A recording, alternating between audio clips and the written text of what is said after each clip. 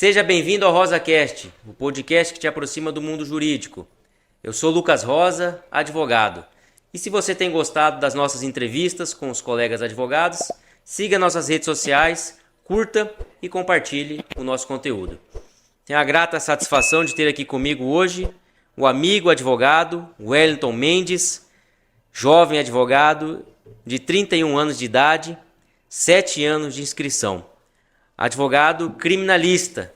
Ele vai contar se optou ser advogado criminalista ou se a advocacia o fez ser advogado criminalista. Wellington, muito obrigado, meu amigo. A palavra é sua. Primeiramente, boa noite, Lucas. Boa noite aí a quem nos escuta. Como você disse, né? Se a gente optou ou não por ser advogado criminalista. Na verdade, a única opção que eu tive aí, na verdade, dentro dessa vida, dessa carreira, é que eu queria ser advogado. E o criminalista se tornou pelo meio, na verdade. Não foi nem questão de eu querer ser. Até porque na época da faculdade era uma das matérias assim que eu menos gostava e algumas que eu quase peguei uma ADP também. Matéria aí que eu não tinha uma familiaridade. Apenas cumpria a tabela, mas não era algo que eu queria fazer para minha vida. Dentro aí dessa carreira, dessa luta dentro do direito, matéria que eu mais me assemelhava, que eu mais queria que eu levasse aí para minha vida na advocacia era o tal do direito empresarial. Fiz até OAB em cima do direito empresarial. Mas enfim, não foi ela que me abrilhantou e continuou aí dentro dessa minha vida. Infelizmente, mas não é de se jogar fora. Tive uma experiência bacana, mas o direito penal, o direito criminal foi o que me agarrou aí com unhas e dentes aí nessa minha vida. E a faculdade, você fez em Campo Grande? Cara, eu fiz a faculdade aqui em Campo Grande, fiz a faculdade aí na Uniderp, aqui na Ceará, aqui, próximo aí da gente. Gostei, na verdade não era faculdade, também outra coisa, não era a faculdade que eu queria fazer. Eu sempre quis, tinha um sonho na minha vida que eu queria fazer o CDB. Porém, por motivos aí financeiros, eu não pude concluir minha faculdade lá no CDB. Optei pela Uniderp, tinha ganhado bolsa e etc. E fiquei lá na Uniderp. Uma faculdade aí que me ajudou bastante, conheci muitas pessoas. Lutei bastante dentro daquela universidade, que eu já fui também representante de aluno, representante acadêmico, fui presidente do diretório central dos estudantes, numa época bem conturbada ali. Chegamos a fechar a Ceará, tomar tiro de bala de borracha no meio da rua. Ixi, Eu não sabia disso, não. não, esse aí foi bem, uma vida bem engraçada, assim. Engraçada não, eu aprendi bastante coisa ali com todos ali, com os meus professores. Gosto muito deles, mantenho contato com grande parte dos meus professores aí que eu tive aí dentro da universidade, com meus colegas aí também da vida, do direito também. Tenho bastante contato ainda com quase todos, não todos, né? Mas assim, quase todos a gente ainda conversa bastante. E a Uniderp aí me abriu portas, me ensinou, me jogou aí para o mundo. Não só do direito, mas pro mundo, pro mundo adulto, e da advocacia também.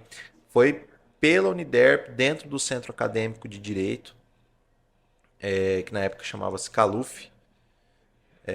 Hoje, depois do falecimento aí do grande professor nosso, Roberto Fauri, fez a troca do nome do centro acadêmico. Mas assim, foi dentro do centro acadêmico que eu tive o primeiro contato com a OAB.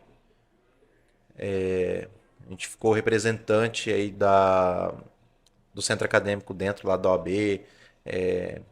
Queria fazer um grupo de alunos dentro pela ESA, pela Escola Superior da Advocacia.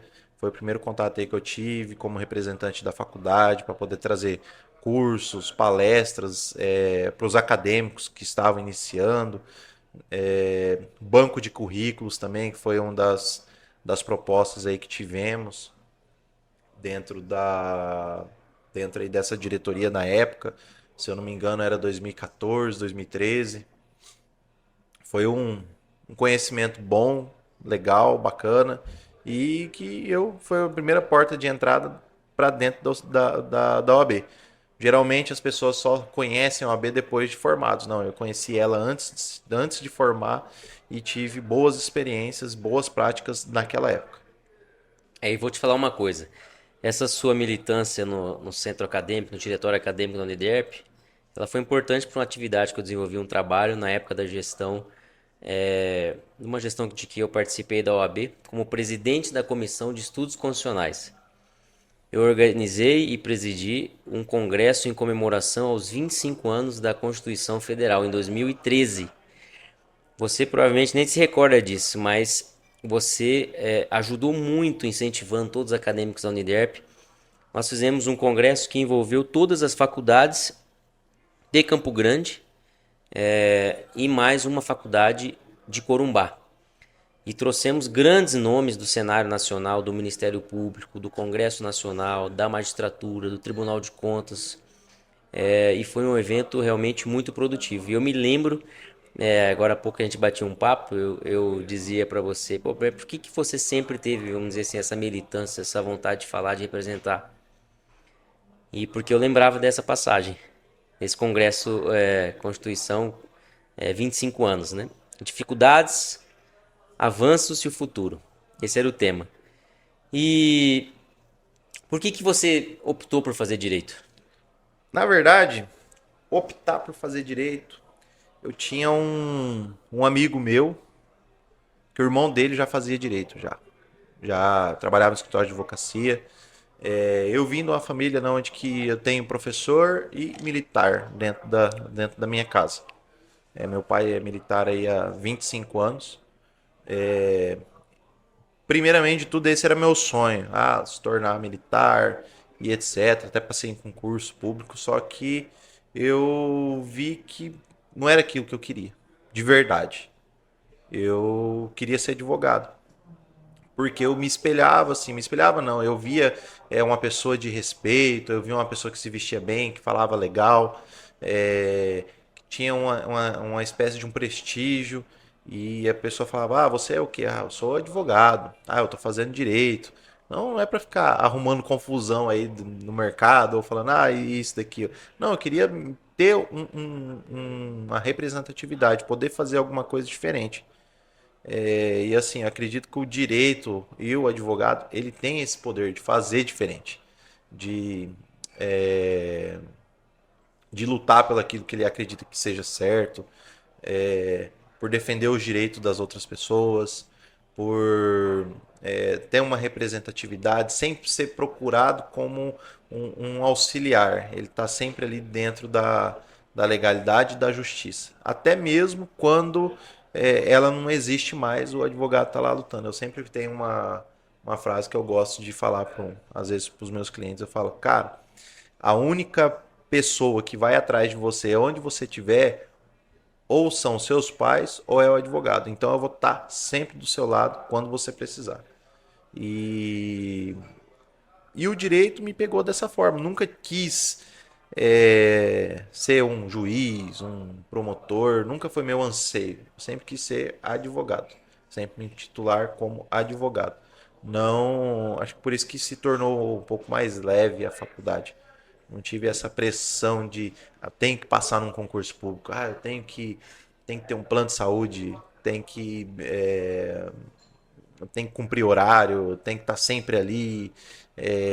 Eu vou receber X por mês, aquilo ali, eu vou fazer uma perspectiva de plano no futuro e etc. Óbvio, é legal, é bacana, é uma estabilidade que as pessoas buscam dentro dessa profissão, mas eu não queria isso. Eu queria era descobrir, eu queria era bater perna, bater a cabeça, encontrar as dificuldades que vários advogados muito mais experientes do que eu falavam, a advocacia não é esses louros que as pessoas acham que é uma dificuldade. Então eu já quando eu saí da faculdade, eu sabia que não ia ser fácil.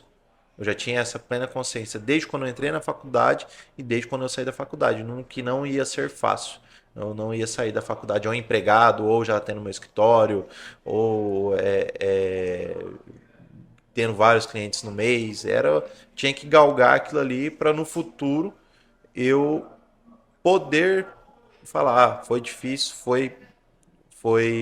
teve uma trajetória bacana, mas eu concluí. E assim, o direito veio para isso mesmo, veio para me mostrar que um mundo de oportunidades. Pois é, e você, então, na verdade, sempre esteve aberto a isso, né? A viver a advocacia, sabia que exigiria bastante sacrifício. Hoje você está com 7 anos de inscrição. Mas eu queria entender um pouco mais concretamente o que foi te levando para esse lado, né? Dessa advocacia. O estágio teve alguma influência nisso? Ou a participação, a convivência um pouco mais próxima da Ordem dos Advogados do Brasil que você mencionou, teve alguma participação nisso? Se não nessa definição da área em que você atua, hoje você é um advogado criminalista, e algumas oportunidades que eu converso contigo, você sempre me fala do Presídio Federal, você constantemente está atendendo clientes, está fazendo visita. Eu queria saber a influência disso tudo na escolha do, do direito criminal no qual você atua e também no próprio desempenho, nas relações que você foi construindo na advocacia. Olha, Lucas, concordo com você.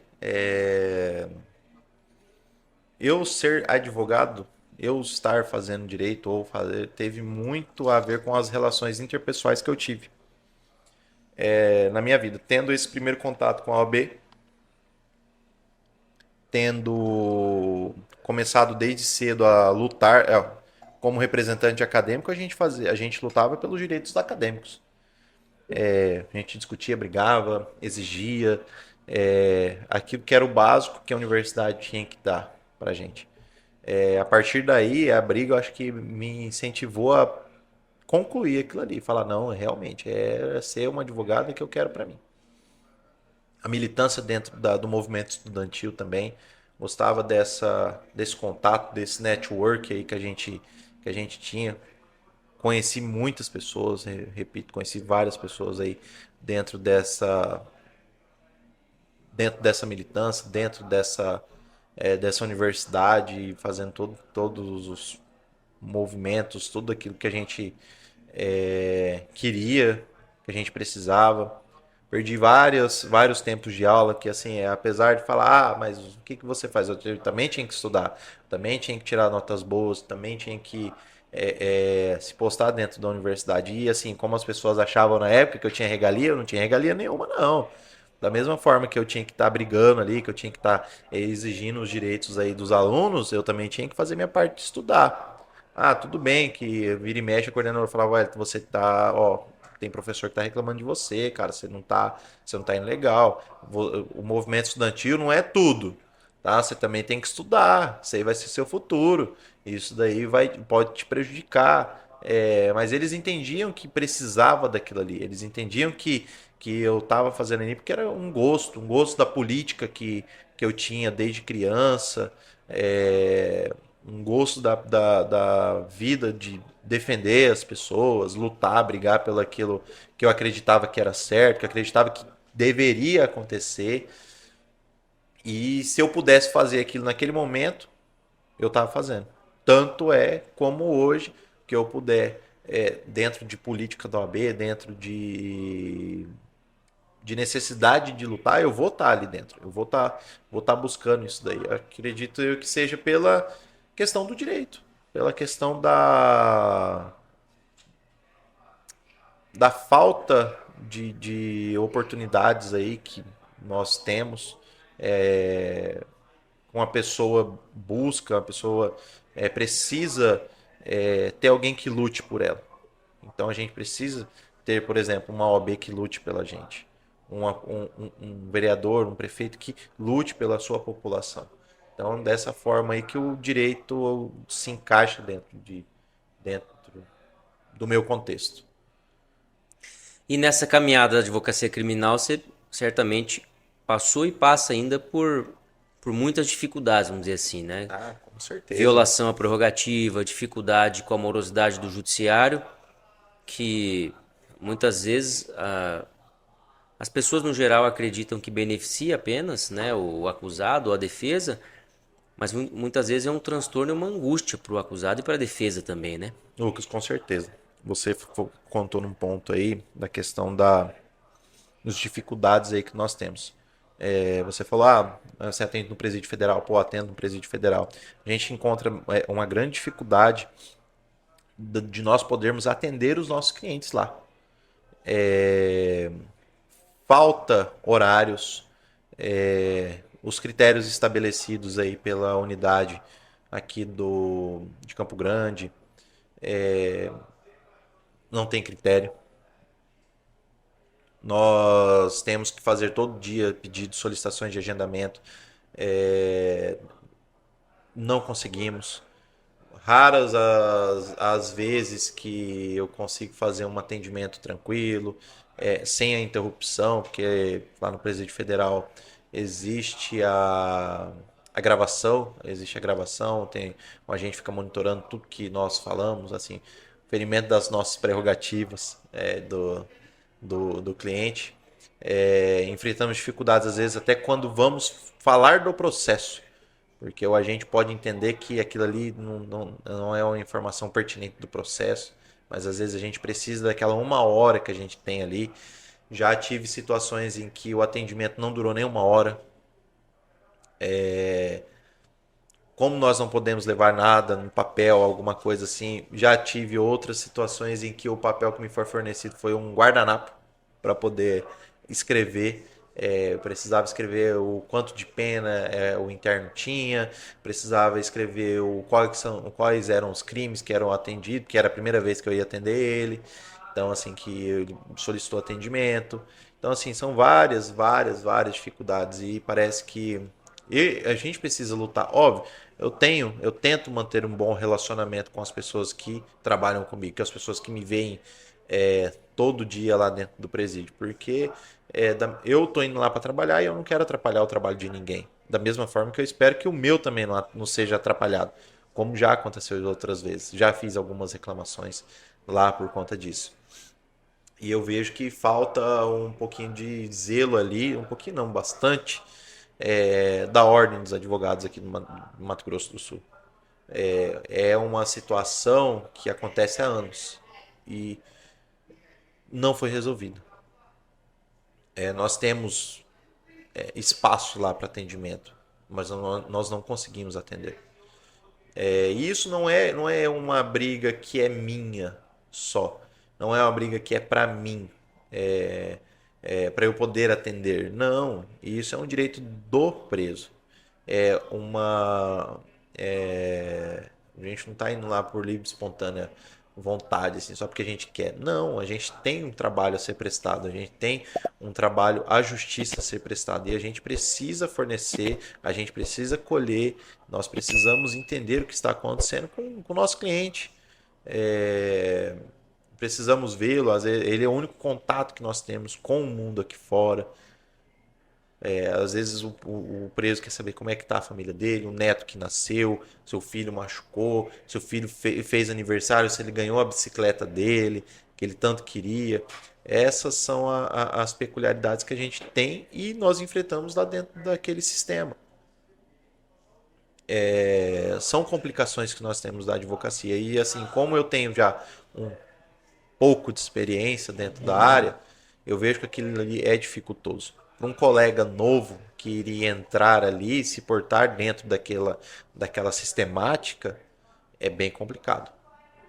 E assim, era uma parte que poderíamos lutar, a OAB poderia. Não estou falando para a OAB que ela tem que apontar o dedo, bater de frente e falar que é isso, aquilo. Não, a gente tem que conversar, a gente tem que apontar as falhas que estão acontecendo, as soluções, obviamente, que poderíamos apresentar para essa mudança e para ter um melhor atendimento, para ter um melhor trabalho, para eu conseguir trabalhar.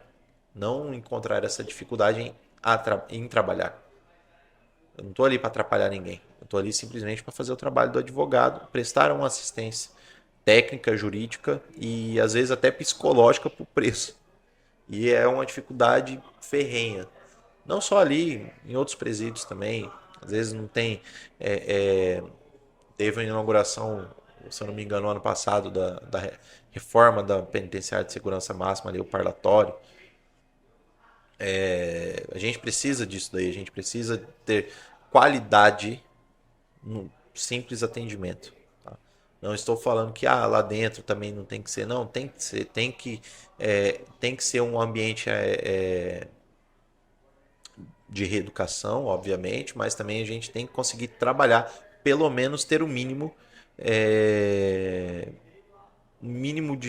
de fornecimento do Estado, da penitenciária, de um suporte para o trabalho. Estou falando que preciso de um computador lá dentro. Não, não é isso. Preciso do mínimo para poder trabalhar. Óbvio, não é o mínimo não é legal, mas nem o mínimo a gente está tendo. O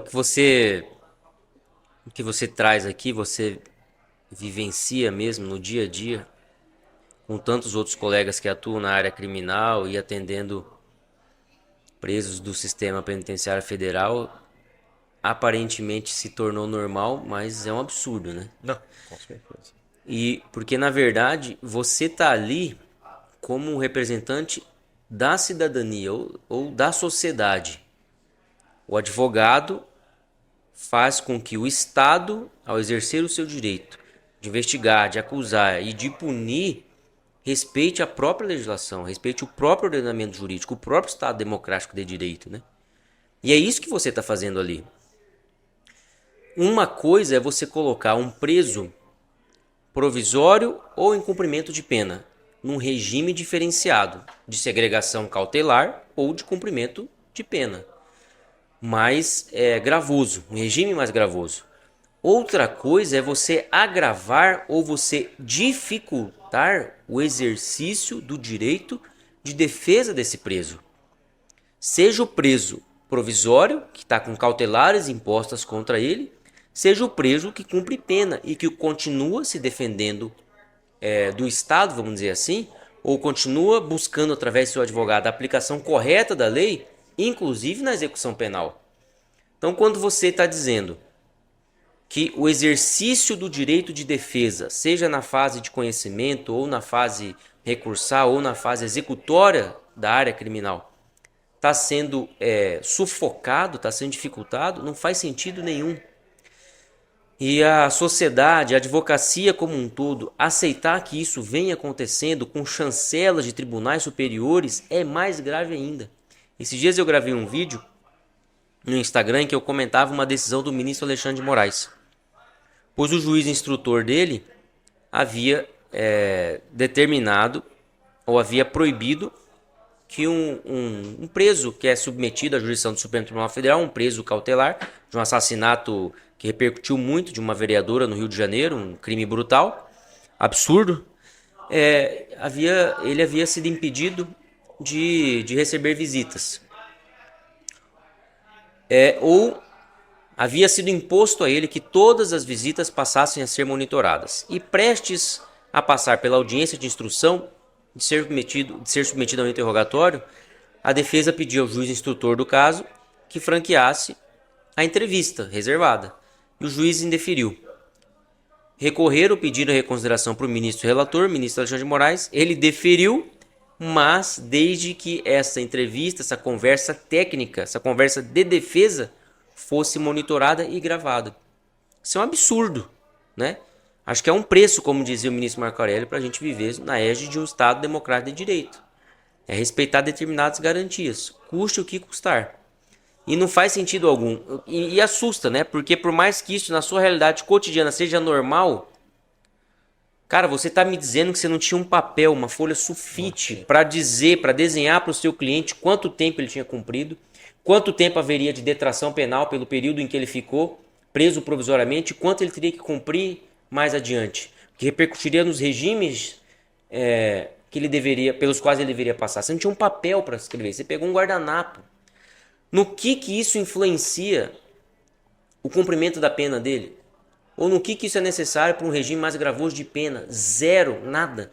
Mas o sistema está tão no automático tá tão gravoso, tá tão na ideia de que o advogado atrapalha, de que o advogado incomoda, que isso vem se considerando normal. E parece que esse é o dia a dia da advocacia criminal hoje. Não só parece. Eu não sei o que a OAB tenta fazer, ou que ela está de fato fazendo pro advogado. Óbvio, passei certas dificuldades, tinha apoio de colegas, de amigos que tinham um pouco mais de experiência do que eu, e batendo a cabeça, a gente estava conseguindo trabalhar. Hoje eu já tenho mais um conhecimento, já sei o que deve fazer, já sei onde que não se deve discutir. Às vezes, que nem você falou, o Estado está sufocando a advocacia.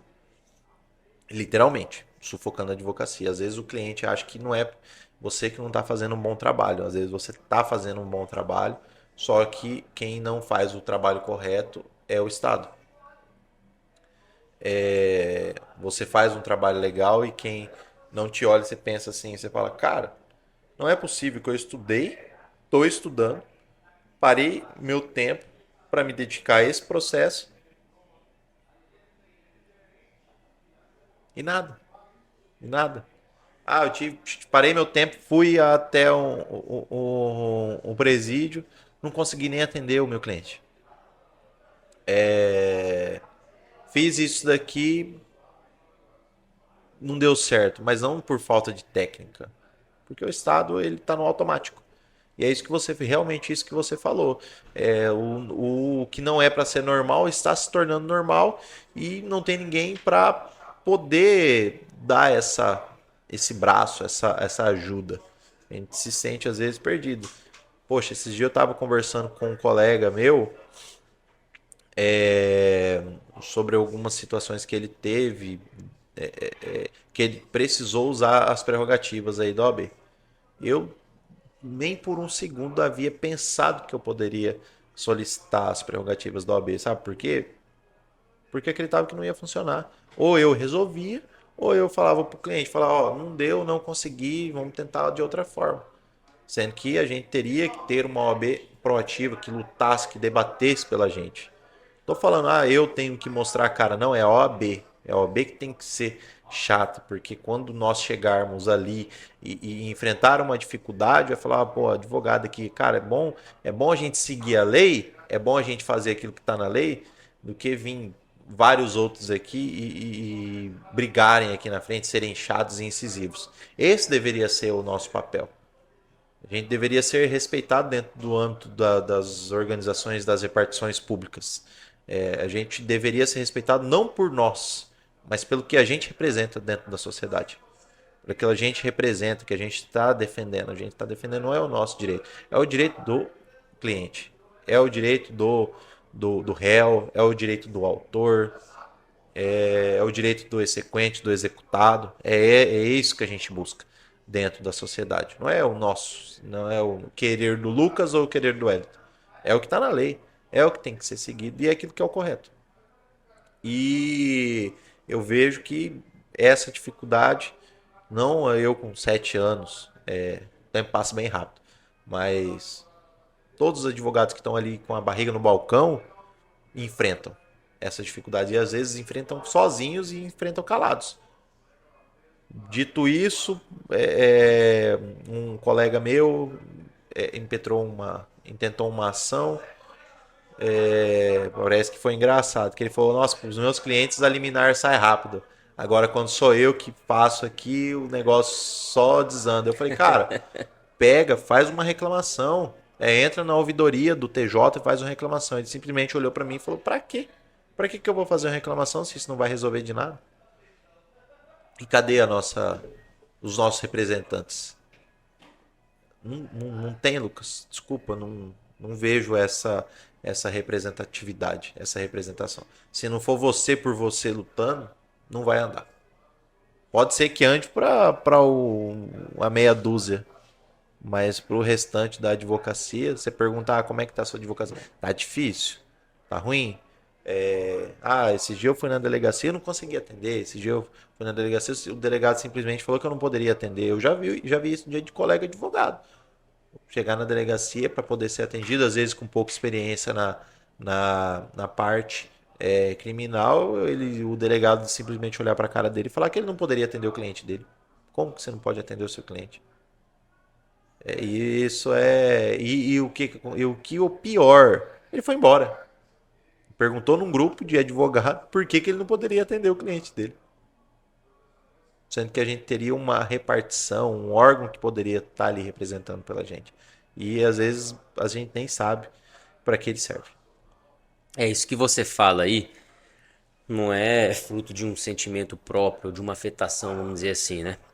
Hoje, conversando com colegas advogados, para além de ver que isso é um sentimento generalizado de uma situação, vamos dizer assim, de degradação mesmo do exercício da advocacia e falta de retaguarda, de respaldo por outro lado, para além de não ser um sentimento individual ou coletivo, assim, das pessoas com quem que a gente conversa, inclusive você, nos bate-papos que você tem, isso são dados hoje, né, coletados e divulgados por uma pesquisa da Fundação Getúlio Vargas.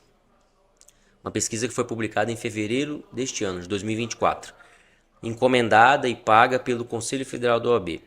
Dados que foram coletados entre outubro e novembro do ano passado. Nos dados gerais a respeito de prerrogativas e honorários, 29% da advocacia teve prerrogativa violada ou honorário aviltado. Que é um número alto, Wellington. 29% é quase um terço da advocacia brasileira. De 100% desses que tiveram algum tipo de ilegalidade cometida contra si, apenas 24% informaram o sistema OAB essa ilegalidade que sofreram. 76%, como foi o caso que você testemunhou, seu próprio caso aqui, tiveram alguma prerrogativa violada ou os seus honorários foram aviltados, mas ele nem informou a OAB porque não acreditava que ela poderia agir. Porque não acreditava que ela iria agir se fosse informada. E fica pior ainda, porque de 100% desses apenas 24 que reclamaram, acionaram e pediram ajuda, apenas 23% tiveram apoio da OAB. 77% dos colegas advogados que pediram apoio, que pediram retaguarda, respaldo da OAB, não tiveram ajuda. Não tiveram apoio. 77%. Isso não faz sentido. É a falência de uma instituição na defesa daquilo para o qual ela foi criada. Prerrogativas da advocacia, que é a defesa, que é o muro de proteção da liberdade, da cidadania. Não faz sentido, né? Não, com certeza não faz sentido. Porque a gente precisa, Dob. Sempre quando existe alguma reclamação, quando existe algum interesse público, todo mundo fala, cadê a OAB? A OAB precisa estar lá, a OAB precisa participar, a OAB tem que dar a sua voz. Então a OAB precisa lutar, a OAB precisa não só apenas fazer notas de repúdio e no final efetivamente não servir de nada. Quando eu entrei na OAB pela primeira vez, como acadêmico, eu via que lá poderia ser um lugar onde eu poderia ajudar as pessoas, onde eu poderia lutar. Mesmo nas minhas dificuldades e mesmo nas minhas limitações que me impunham naquela época quando eu era simples acadêmico. Nem a carteirinha de registro da OAB eu tinha, mas eu estava lá. E aí eu via que lá seria um espaço legal, seria um espaço bacana onde que eu poderia ter políticas públicas, tá? Eu digo políticas públicas voltadas para os acadêmicos de direito. Era aquilo que eu via quando eu entrei lá. Eu falei, cara, putz, aqui é um ambiente legal de fazer um curso, de trazer projeto, de buscar as pessoas, de trazer curso para acadêmico fora da universidade, principalmente horas-aula, que eles contavam aí pra gente concluir aí a faculdade, ter horas A famosa aulas. atividade extracurricular. Exatamente. E uma atividade extracurricular que fosse legal, de fato. Tivesse ali uma efetividade bacana. Então assim, eu falei, isso aqui é legal. Isso aqui eu acredito que que vá atender o meu propósito. Que o propósito do centro acadêmico na época era isso daí, trazer cursos, trazer palestras, fazer feiras, eventos acadêmicos voltados para o aluno, ter conhecimento, porque o conhecimento para a gente é poder. E o estudante de direito e para aquele advogado, o conhecimento dele é o poder. Se ele conhece bem aquilo que ele vai fazer, ele consegue fazer aquilo ali com maestria. Então, assim, o acadêmico já ia entrar, pô, sabendo alguma coisa. Tinha vários, eu dava para contar nos dedos as pessoas da minha sala que faziam estágio. Eu era um deles, que faziam estágio de direito. A maioria queria, não podia. A maioria já tinha sua família formada, tinha a sua profissão, nunca havia entrado num PJE, num ESAGE, nunca não sabia o que era uma petição. Às vezes aquilo ali foi a oportunidade de eu falar, pô, legal, esse aqui o cara vai, meu colega ali, ele vai se interessar por isso daqui e vamos pra frente, vamos trabalhar. E era isso que eu esperava, de verdade, quando eu entrei dentro da OAB. Meu sonho acabou? Com certeza não. Eu ainda sonho um dia em estar lá dentro, poder fazer a diferença, de fato, dentro da OAB, para a nossa sociedade aí. Não um simples status, não, jamais. Poder trabalhar, poder aparecer e trazer coisas boas. E quando vê algum colega tendo sua prerrogativa ferida, ir lá lutar, tendo um colega ter o seu honorário aviltado, ir lá lutar, tendo uma representação dentro do TED, ir lá e brigar, defender ele de fato daquilo que ele necessita, porque a OAB ela precisa defender o advogado, ela precisa ter a nossa retaguarda, a OAB precisa disso daí. Então assim, acredito eu que o direito ele parte desse pressuposto, defender as pessoas, defender a sociedade. O advogado ele tem esse papel de defesa. Seja ele para o cliente ou seja ele para o cliente não, digo, para o réu ou para o autor. E a OAB precisa disso daí. A OAB precisa de pessoas capacitadas para poder estar lá, para poder trabalhar. Ela precisa ser uma retaguarda, né? Você falava você sugeriu ao colega, faça uma reclamação na ouvidoria. E a ouvidoria do tribunal, as notícias que eu tenho geralmente são muito boas, assim, mas acho que a questão o advogado está desgastando sua imagem, né? Quando ele faz uma reclamação na pessoa física, vamos dizer, né? E para mim, acho que eu já falei isso aqui em outras conversas. O ideal é que na cabeça, e a gente vai buscar, a gente vai conquistar isso um dia, se Deus quiser. Na cabeça de toda autoridade tiver o seguinte, ó, o delegado, ó, o escrivão, o investigador, atende esse advogado. Não, ele quer falar comigo, traz ele aqui, porque se eu não atender ele, esse povo da OAB é chato pra caramba. Vai vir aqui uma tal de comissão de prerrogativa, vai ficar aqui aguardando, vai querer conversar comigo. Ou os advogados que a gente tem conversado, que tem tido dificuldade de encontrar o cliente que é preso lá no bairro tal ou na rua tal. O cara passa 2, 3, 4 horas, às vezes não encontra o cliente, vai encontrar depois de tanto tempo. Que o comandante do batalhão, ou o secretário de segurança, ou o diretor da polícia fala, escuta, prendeu, leve imediatamente para a delegacia, não vai fazer diligência, não vai levantar provas, leva o cara para a delegacia. Porque senão o presidente da OAB, o presidente da comissão de prerrogativas, ou a comissão em si vai me encher o saco, vai ligar, esse povo é chato demais, não quer ter trabalho com eles. Acho que isso tinha que estar no imaginário de uma autoridade. Porque não é o Wellington que é chato, que luta pela prerrogativa, que vai brigar, que vai incomodar o delegado. É a OAB, é uma instituição. É a classe dos advogados, que é unida e é realmente uma unidade representada pela OAB, né? Acho que isso tinha que funcionar como uma estrutura, como uma máquina mesmo. Violação a honorários. Quantos casos nós temos ouvido de advogado que move ação indenizatória, infelizmente em caso de falecimento de pai ou de mãe, advoga para a viúva ou para o viúvo, para filhos e há filhos menores, os honorários contratuais de condenações a favor de menores, eles são retidos pelo Poder Judiciário, com parecer do Ministério Público. Quando o mesmo percentual de honorários foi fixado para todas as partes, outras que são maiores de idade, e são considerados razoáveis. Não tem motivo. Então o advogado, obviamente, faz o seu agravo de instrumento e a OAB vem como um assistente litisconsorcial ou, inclusive, paralelamente, impetra o mandado de segurança, porque esse tipo de decisão é ilegal, é abusiva, é teratológica mesmo, recurso de agravo não tem efeito suspensivo, impetra o mandado de segurança e sustenta a ilegalidade e a abusividade desse tipo de decisão. Só que isso precisa ser uma estrutura que funcione sem que seja necessário ser amigo do presidente da Comissão de Defesa e Assistências Prerrogativas, do presidente da OAB, de quem quer que seja. Uma estrutura que funcione.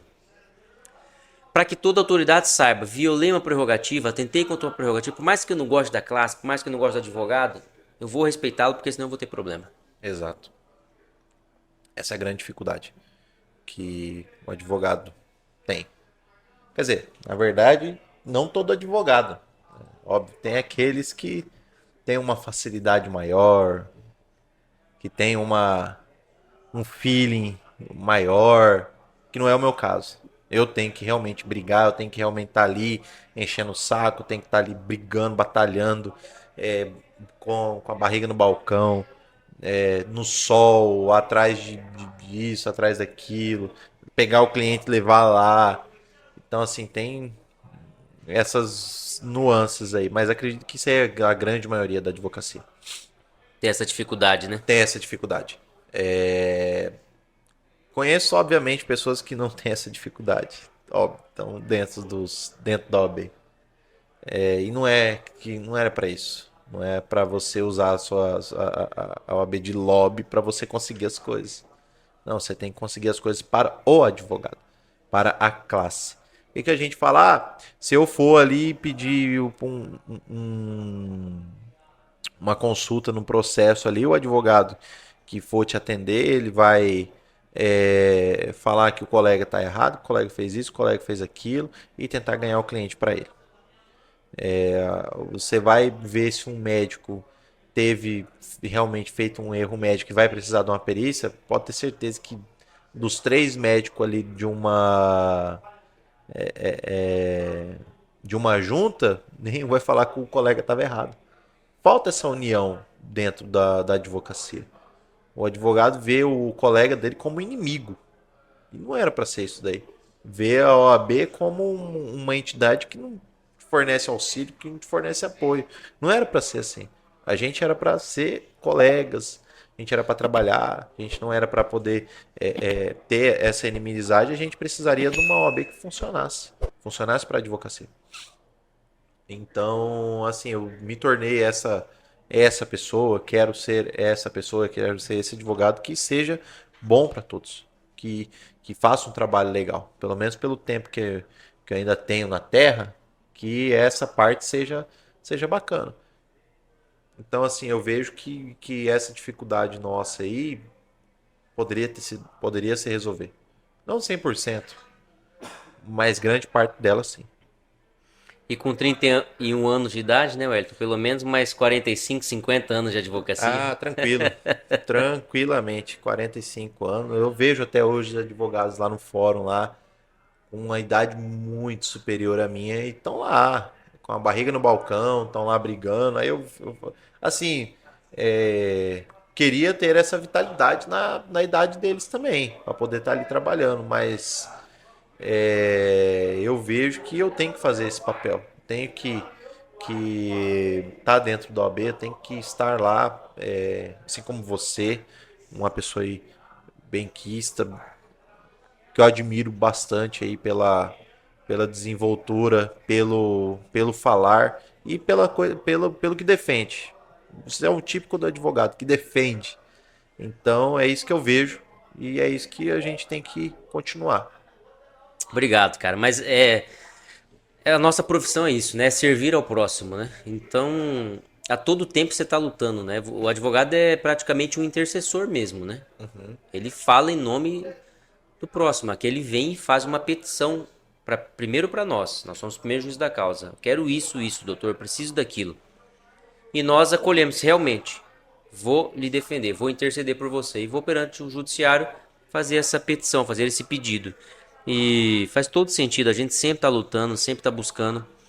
E depois de reorganizar toda a atividade em si, a defesa das prerrogativas, qualidade de vida do advogado, a renda do advogado, 22% da advocacia do nosso estado tem renda limitada a 2 salários mínimos.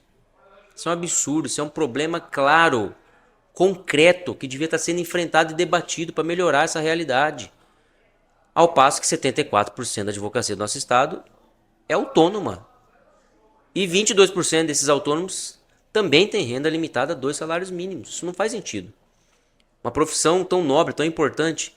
Enfim, é preciso discutir e debater esses temas. E quem melhor para debater esses temas que a própria advocacia jovem, que está aí com 2, 3, 4, 7, 8, 10 anos de advocacia.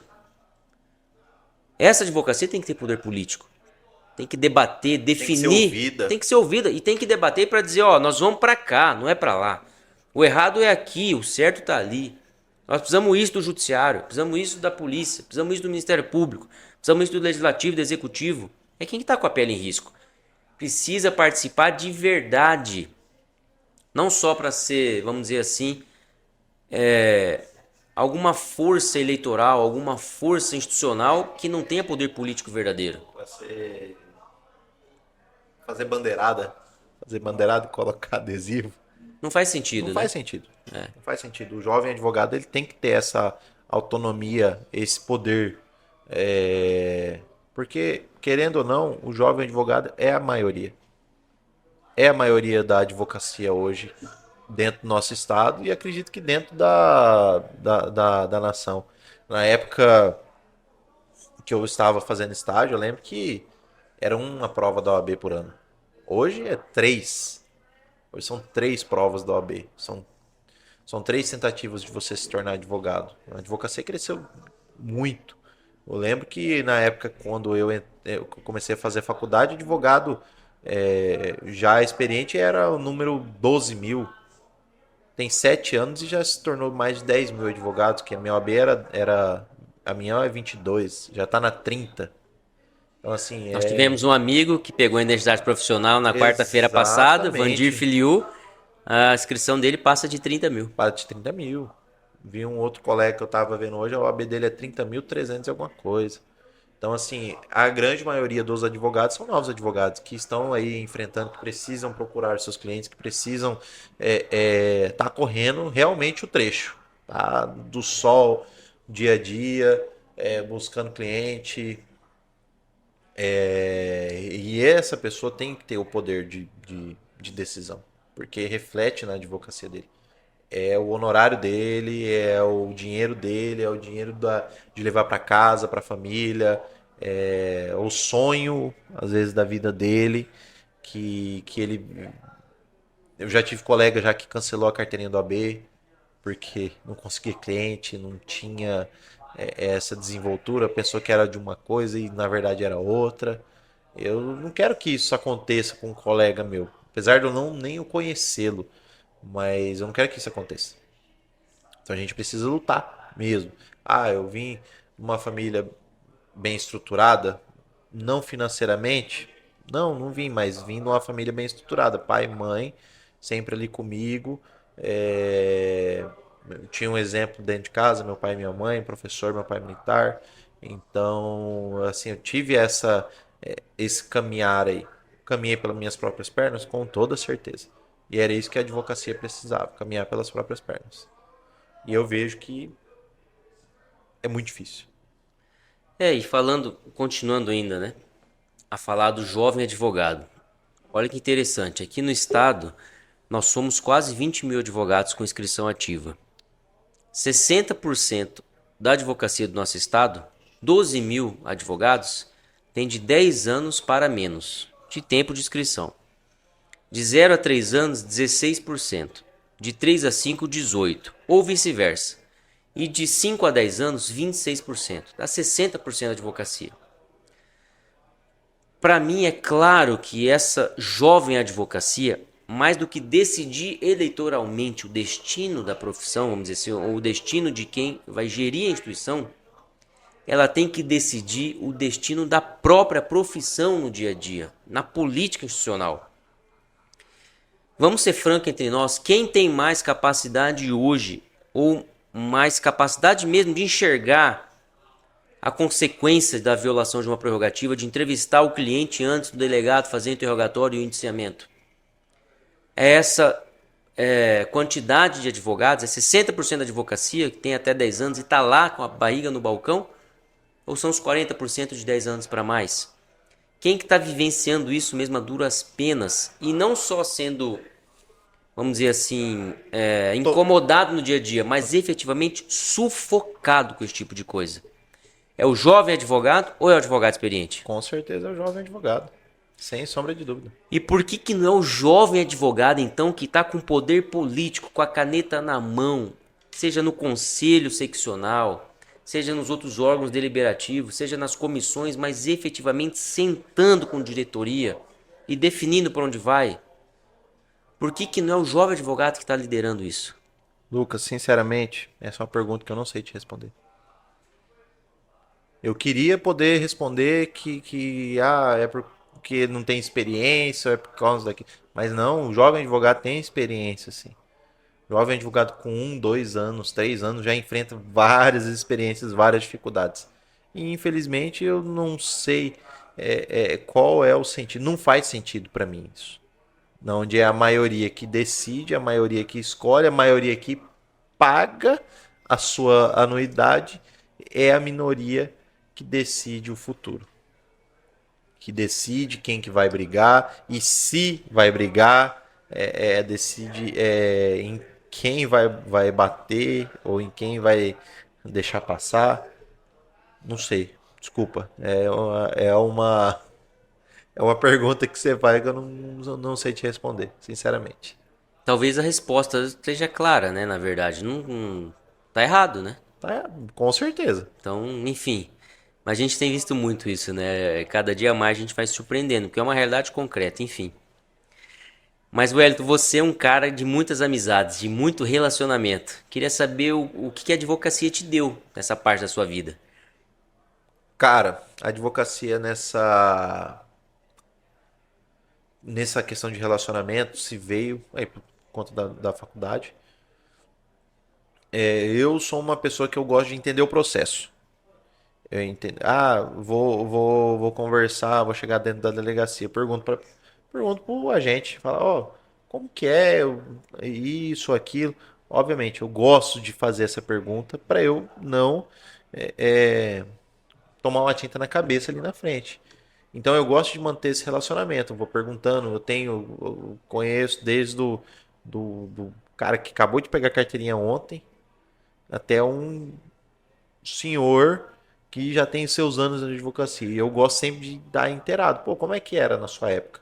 O que a gente faz aqui? Então eu gosto dessa liturgia, eu estar ali, eu querer saber como é que funciona o processo, e assim a gente vai aprendendo. Sempre se tornar educado, nunca ser superior a ninguém. Até quando as pessoas tentam ser superior a você, ser humilde, obviamente, nem todo mundo tem sangue de barata, mas sempre tentar contornar. E isso eu trago, tá? Um bom dia, dizer muito obrigado. São pequenas coisas aí dentro da advocacia, pedir por gentileza, não achar que você é o dono de tudo. E, repito, ter em mente que tudo tem um processo. Tem um processo do processo chegar no cartório, tem um processo ir em conclusão, existe um processo para ele ser mandado para o Ministério Público, existe um processo para ficar dentro do juiz. Você tem que ter esse conhecimento. Você quer entender, quer saber como é que funciona a advocacia, você tem que ter em mente que você precisa conhecer o meio onde você trabalha. Se você vai trabalhar dentro de com direito imobiliário, cartório, você tem que conhecer as nuances dentro do cartório. Se você quer trabalhar com direito criminal, você tem que conhecer como é que se funciona dentro de uma delegacia, como se portar, como funciona, para quem que você tem que chegar, quem que você tem que conversar. Ah, eu pedi licença aqui pro escrivão, pro agente ali do dia, se eu posso conversar com o cliente. Sempre tem essa malícia do advogado. E obviamente, em todo lugar tem que ter educação, nunca ser superior às pessoas. Até porque a gente não é. Todo mundo é igual, óbvio. Tem aquelas pessoas que se acham que é superior a você, porque tá no órgão público e etc. Se você brigar, vai. Não, não é isso. A gente tem que ter essa comunidade. O advogado ele precisa saber falar, ele precisa saber conversar e precisa saber se portar dentro de qualquer ambiente. E é isso que eu sempre tentei fazer e tento até hoje. Entender o processo, entender como é que funcionam as pessoas, porque a nossa profissão acredito eu, que 30% sendo escrevendo e 70% sendo você se relacionando com as pessoas. Querendo saber aquilo que acontece, entendendo como é que funciona, vendo aquilo na onde que você errou, onde que você falhou, porque o advogado é isso. Tá ali para enfrentar as dificuldades, tá ali para enfrentar, brigar pelos direitos e enfrentar aquilo que seja necessário para você garantir a defesa ou o ataque do seu cliente. E como que você aprendeu a se comportar dessa maneira ou inclusive a observar para ver esse padrão assim? Olha, eu aprendi dentro da minha casa, dentro da minha família. Primeiro a gente escuta, vê, aí depois a gente fala. Meu pai é muito criterioso quanto a isso daí. Minha mãe também, professora. Sempre tive muito respeito e admiração por eles e pelo militarismo que é envolvido, que a gente sempre tem alguém superior. Então a gente sempre tem que escutar primeiro, para depois a gente fazer. Primeiro para, aprende, vê se está certo e faz. E é isso daí, a gente tem que se ater ali aos detalhes. Tem que respeitar da mesma forma. E isso que me tornou essa pessoa, que eu prefiro saber entender o processo, como que ele funciona para poder agir. Não simplesmente ir de sopetão, achando que a gente se lida com vidas. A gente lida com vidas. Independente, seja a vida financeira, seja a vida da liberdade da pessoa, seja a vida, às vezes, um, um remédio que a gente está buscando, auxílio ao Sistema Único de Saúde. É isso que a gente tem que ter essa visão aí do meio de onde que a gente está. Então, assim, isso me ajudou bastante eu ter essas regras dentro de casa. E aprender a observar, conviver. Não é porque você não gosta da pessoa que você não vai precisar dela. Muito bom. E o que você espera para o futuro da sua advocacia? Cara, assim, eu pretendo ser um advogado de referência aqui no Mato Grosso do Sul, quem sabe no Brasil. Mas eu vou caminhar para isso daí, eu vou lutar para isso daí. Eu espero ser, não, cara, o Wellington lá, ele é bom, ele faz o trabalho legal, ele faz aquilo que tem que ser feito. E uma perspectiva aí de 10, 20 anos aí, até 40 anos de advocacia. Então, assim, Lucas, é isso que eu quero da advocacia. E poder lutar pelo direito dos advogados, que eu sei que eles precisam. Eu sei que existe essa necessidade, porque eu preciso. Não só eu, assim como você, assim como qualquer outro advogado aí que está na lida aí do nosso dia a dia. Nós precisamos disso. Nós necessitamos desse auxílio. O que eu puder contribuir para a minha advocacia e para o meu melhoramento pessoal, eu vou fazer. Custe o que custar. Muito bom, cara. Wellington, meu querido amigo, muito obrigado pela conversa. Nós vamos aqui caminhando para o final. Temas tão importantes, né, que são realmente o nosso dia a dia, né? Dá para ver o quanto isso te preocupa e o quanto isso está realmente na lida diária, vamos dizer assim. Queria que você deixasse uma mensagem final para os colegas advogados, especialmente os jovens advogados. Ah, com certeza. Ali? Aqui? Ali? Ali? Aqui a sua câmera. Meu amigo jovem advogado, pense que essas dificuldades podem ser momentâneas. Te convido a enfrentar de fato essa advocacia, porque ela vai mudar a sua vida. Como mudou a minha, como mudou a do Lucas e de vários outros colegas meus. Mas você tem que persistir, você tem que defender aquilo que acha que é certo. E se um dia, possivelmente, tivermos dentro do OAB, que um dia a gente vai estar lá, Se Deus quiser. pode contar conosco para essa defesa das suas prerrogativas, dos seus honorários, daquilo que for pertinente à nossa profissão. Então, assim, lhe convido a conhecer mais o Lucas e a participar dessa OAB, porque nós precisamos de você, a OAB precisa desse jovem advogado e queremos lutar de fato para que você seja ouvido.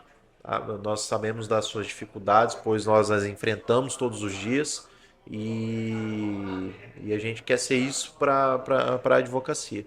Então, assim, não desista, não é fácil, tá? Não sei se já falaram isso para vocês, que não ia ser fácil, mas para mim falaram e eu falo para vocês, não é fácil, mas se vocês persistirem, se vocês lutarem, quem sabe um dia o seu lugar ao sol vai estar garantido. E é isso daí. É isso. Obrigado, meu amigo. E a você que acompanhou mais um episódio do RosaCast, peço novamente, siga as nossas redes sociais, curta e compartilhe os nossos vídeos. Até breve.